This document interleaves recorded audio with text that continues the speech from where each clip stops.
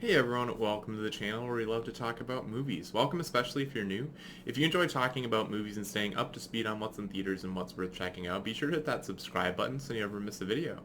Alright, with that we're going to get into today's review, which is for Prey for the Devil. So in this movie, a nun prepares to perform an exorcism and comes face to face with a demonic force with mysterious ties to her past.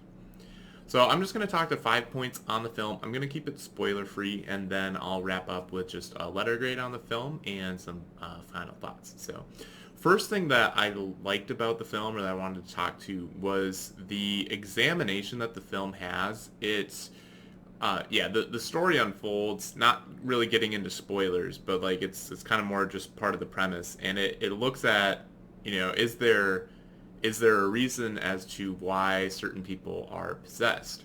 And I don't know how grounded it is, but within the context of the movie, I really liked the direction they went with that, and that they link it to some sort of like guilt or shame that the individual is feeling, and how it's sort of a result of that being bottled up or just too much. And it kind of reminds me a bit of what the Obscurus or the Obscurial is from the Fantastic Beast films, where when you bottle something up like that so much, it becomes something very like dangerous to oneself, and it's really just it's not the way things should be. So it's yeah, I really like that commentary because I think it is so important that we try our best to support people, and those who maybe feel guilt, oftentimes that's a result of how they're treated by other people and things that they're told,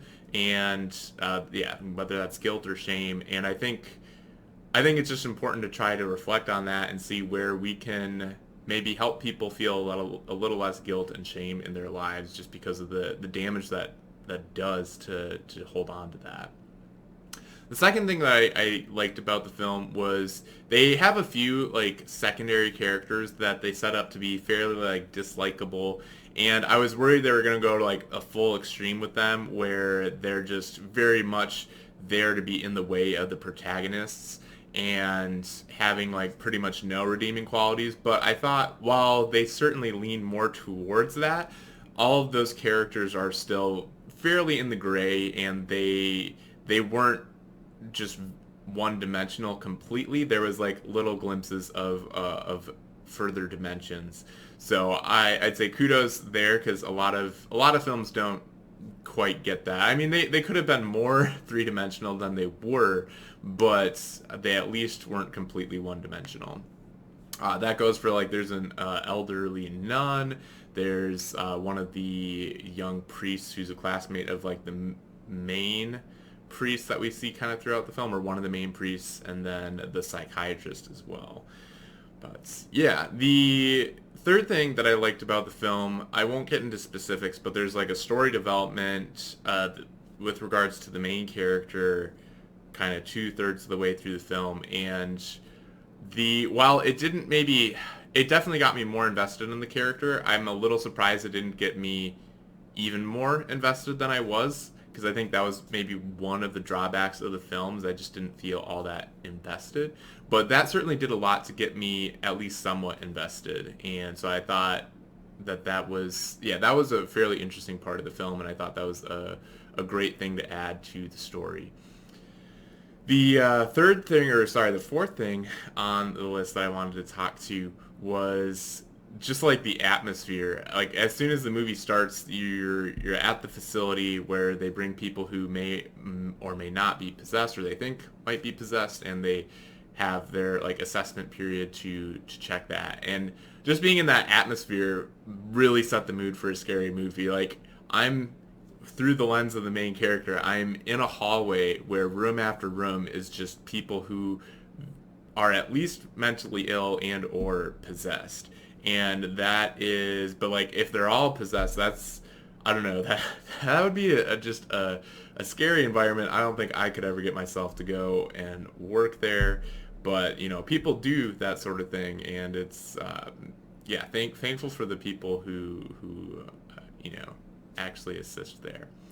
And then fifth thing, just as a commentary on a horror film, because I know there's different types of horror, but this one definitely had a lot of jump scares. And while I still am not quite at the point where I like getting scared, I mean, I don't know, like I'm starting to appreciate that more, even though it's not quite to the point I would say I like it, but it's a bit of fun to get jump scares, and especially in this film, I think I knew they were coming almost every single time, and they still get you. So that's I'm starting. It's a slow process, starting to come around a bit more on horror films, but yeah, so I'm mainly focused on the positives for my 5 points. That's usually what I prefer to do. I try to stay away from the more negative things. It has to really stand out for that, or I have to have not a whole lot else to talk to. But overall, I do give this one a letter grade of a C, which kind of, I thought it was fine for a film.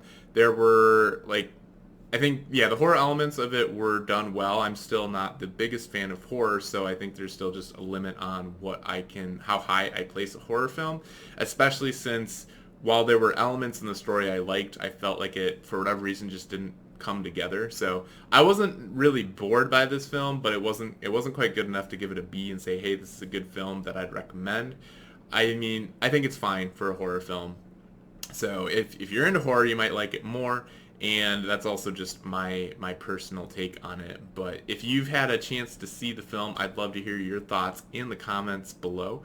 And if you enjoyed this review, be sure to smash that like button. And with that, thanks for watching, and we'll catch you in the next video.